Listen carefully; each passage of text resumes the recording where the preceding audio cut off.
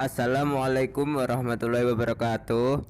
Perkenalkan, nama saya Arfatur Rahman, NIM 4001420057. Kali ini saya akan melakukan praktikum kimia tentang termokimia. Pertama-tama kita masuk ke PET dengan judul Energy Form and Change.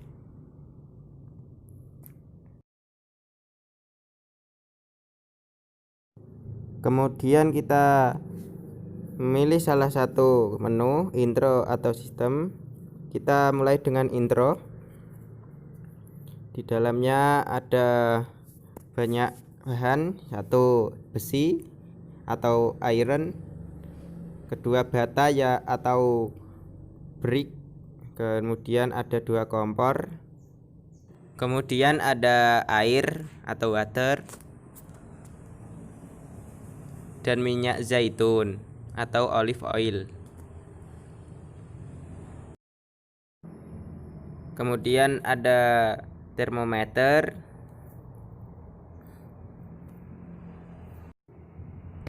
kita taruh air ke atas kompor, begitu juga dengan minyak zaitun. Kita hidupkan energi simbol dan link heaters untuk mempermudah percobaan dan proses pengamatan. Kita gunakan termometer untuk mempermudah pengamatan.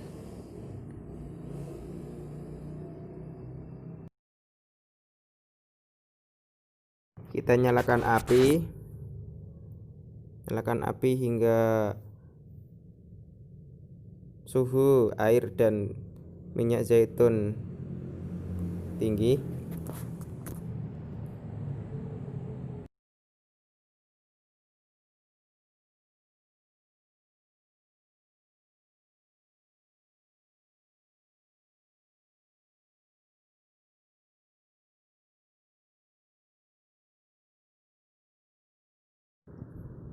Kemudian masukkan besi ke dalam air yang mendidih.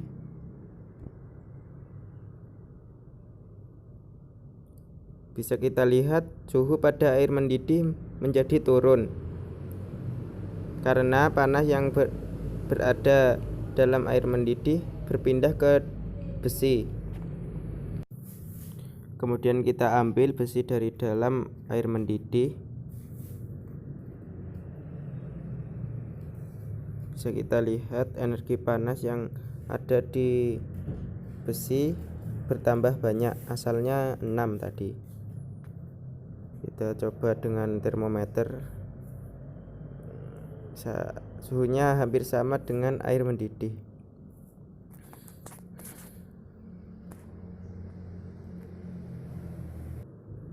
Jika dibiarkan, panas yang berada dalam besi, air, dan minyak zaitun akan diserap oleh udara luar, sehingga panasnya akan berkurang.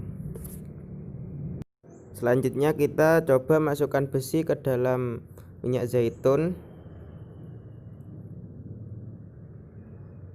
Bisa kita lihat suhu minyak zaitun menjadi berkurang karena panas yang ada dalam minyak zaitun diserap oleh besi.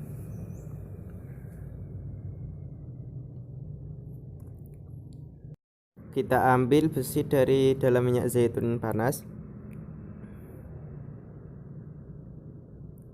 Kita coba cek suhunya pada termometer.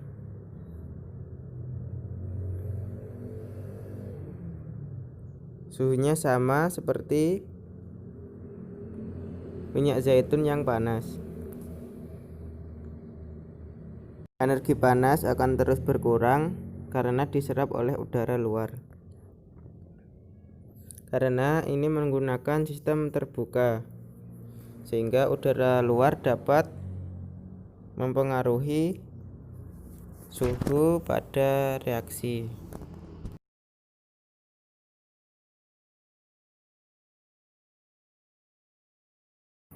Selanjutnya kita masukkan bata ke dalam air mendidih.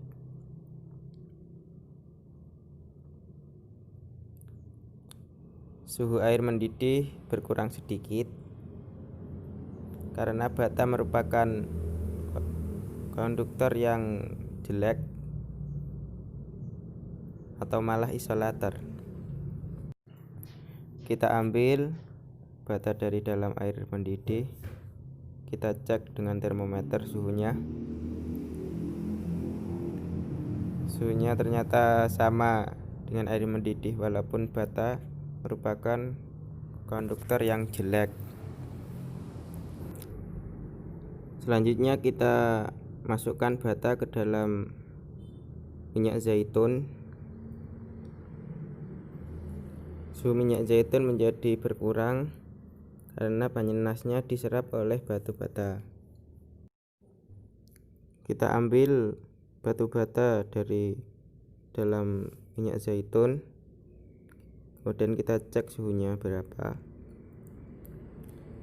Suhunya ternyata sama seperti minyak zaitun karena bata menyerap minyak zaitun panas ke dalam pori-porinya.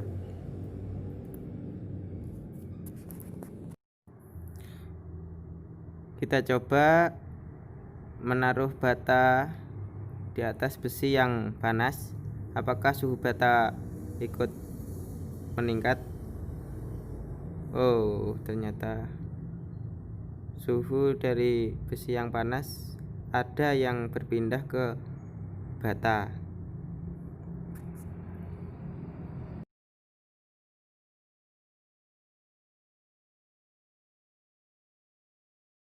Kemudian kita coba menaruh besi di atas bata yang panas. Apakah ada energi panas dari bata yang berpindah ke besi? Oh, ada banyak ternyata. Suhu besi menjadi meningkat.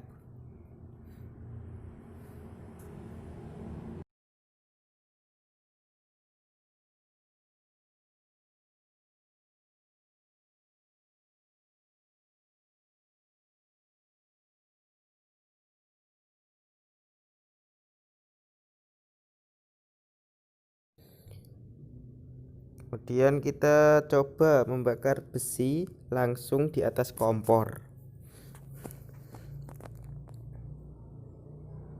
Kita taruh besi di atas kompor. Kita amati perubahan suhunya.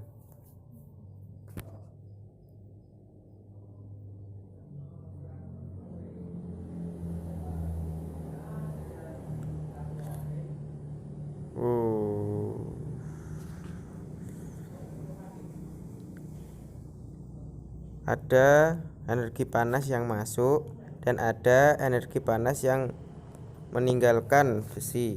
Hal ini karena energi panas yang meninggalkan besi diserap oleh udara luar. Selanjutnya kita taruh bata langsung di atas kompor. Kita nyalakan kompor. Kita lupa menaruh termometer.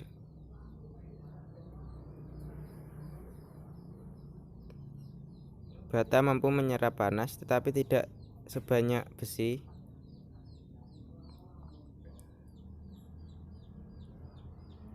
Seperti besi tadi, bata menyerap energi panas dan melepaskan energi panas ke udara luar. Karena suatu benda memiliki kapasitasnya masing-masing.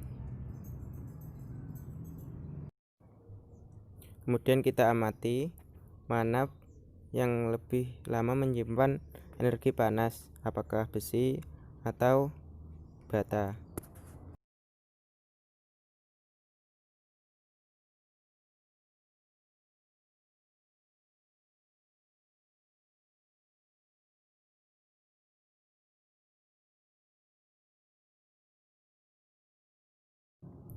Hanya sedikit perbandingan antara keduanya.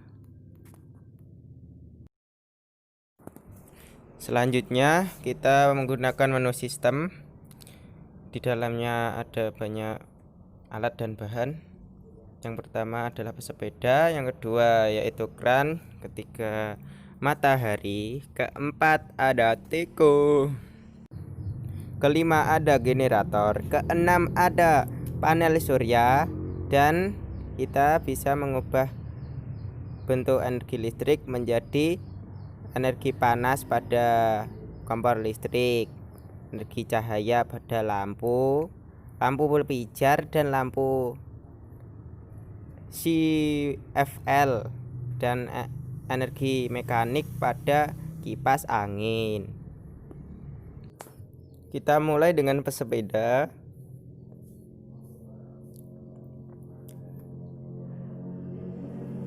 Kita hidupkan energi simbol terlebih dahulu.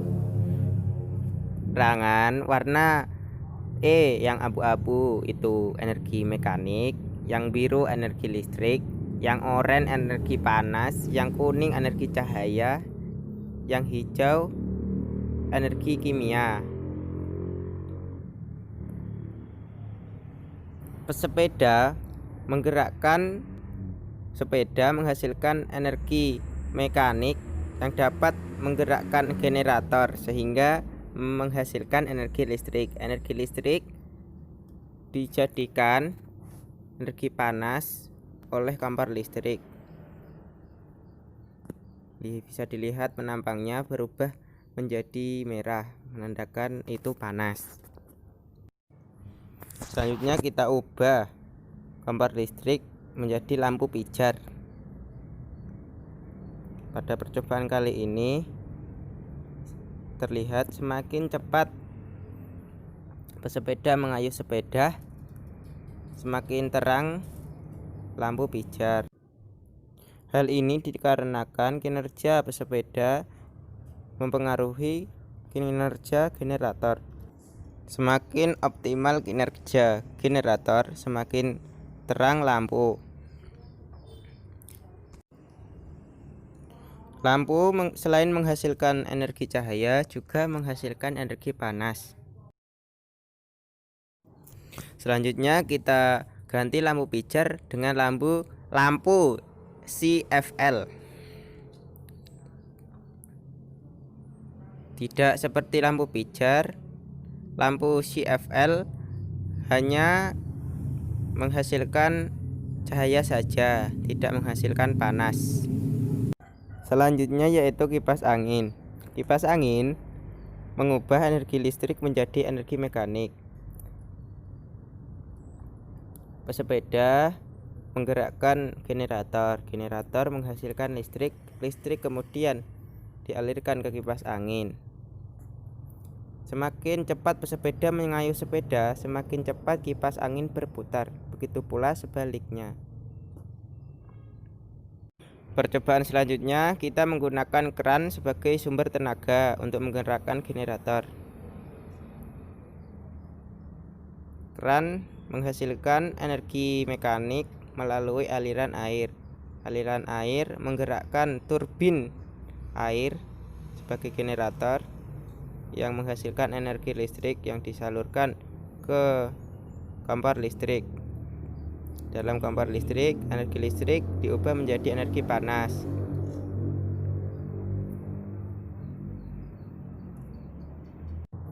Kita ganti kompor listrik dengan lampu pijar. Lampu pijar mengubah energi listrik yang dihasilkan generator menjadi energi panas dan energi cahaya. Debit air yang dikeluarkan kran mempengaruhi intensitas cahaya yang dihasilkan oleh lampu. Semakin besar debit air yang dikeluarkan kran, maka lampu akan semakin terang. Ini kita coba yang kecil dulu. Ternyata lampunya redup. Kemudian saat kita memperbesar debit air, lampu menjadi terang. Kemudian kita menggunakan lampu CFL. Kita mulai dengan debit kran kecil dulu, kemudian kita besarkan. Terjadi perubahan intensitas cahaya yang semula redup menjadi terang. Ternyata lampu CFL menghasilkan panas. Saya tadi salah. Kemudian kita menggunakan kipas angin. Kipas angin mengubah energi listrik yang dihasilkan generator menjadi energi mekanik. Energi listrik yang dihasilkan generator berasal dari aliran air keran.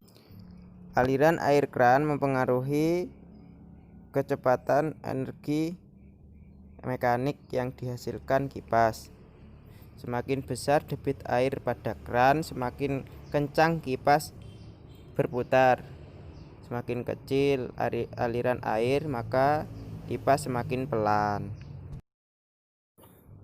Selanjutnya kita menggunakan matahari sebagai sumber tenaga dengan panel surya sebagai pengubah energi cahaya menjadi energi listrik. Pertama, kita menggunakan kompor elektrik sebagai bahan percobaan. Energi listrik yang dihasilkan generator atau panel surya berasal dari matahari.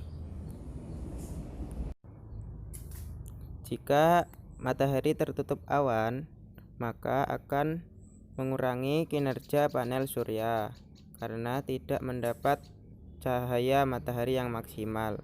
Akibatnya, listrik yang dihasilkan panel surya menjadi sedikit. Ini mempengaruhi kinerja lampu pijar. Begitu pula tadi kompor listrik. Selanjutnya yaitu lampu CFL. Tidak jauh berbeda dengan lampu pijar tadi. Semakin banyak cahaya matahari yang masuk ke panel surya, semakin terang lampu CFL. Pada kipas angin, bila energi cahaya terhalang oleh awan, maka putaran kipas angin tidak begitu kencang. Sebaliknya, bila sinar matahari maksimal, putaran kipas akan menjadi cepat karena panel surya bekerja maksimal sehingga menghasilkan dalam waktu yang singkat. Selanjutnya kita menggunakan teko pemanas untuk menghasilkan uap yang dapat menggerakkan generator. Uap yang dihasilkan oleh teko pemanas dipengaruhi oleh besar api pada kompor. Semakin besar api, maka uap yang dihasilkan akan semakin kencang. Dan bila apinya kecil, uap yang dihasilkan menjadi lebih pelan. Bila api pada kompor yang digunakan besar, akan mengakibatkan uap yang dihasilkan teko menjadi besar sehingga dapat berputar secara optimal. Generator yang bekerja optimal akan menghasilkan banyak energi listrik sehingga alat elektronik yang digunakan seperti kompor, lampu, dan kipas angin bekerja secara maksimal.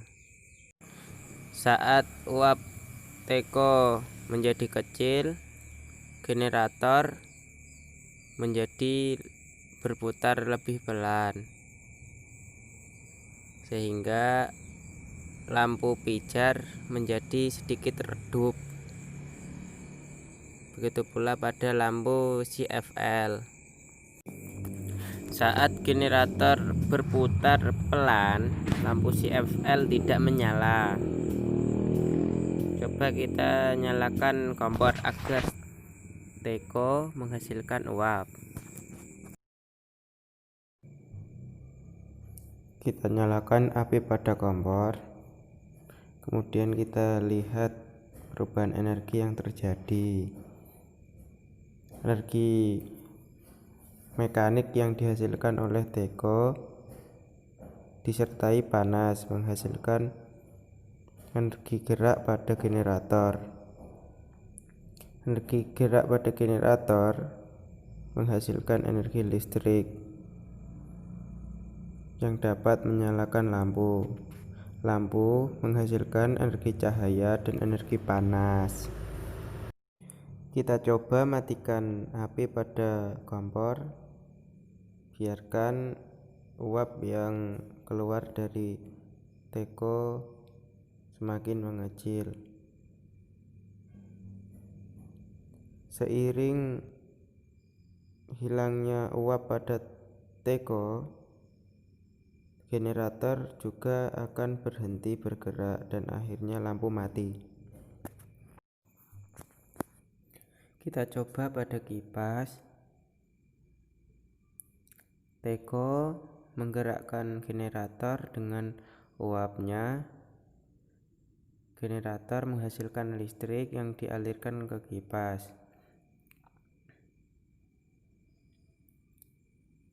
Kipas mengubah energi listrik menjadi energi mekanik. Semakin besar uap pada teko, semakin kencang gerakan kipas. Demikianlah video praktikum dari saya. Bila ada salah-salah kata, saya mohon maaf. Wabillahi taufiq wal hidayah. Wassalamualaikum warahmatullahi wabarakatuh.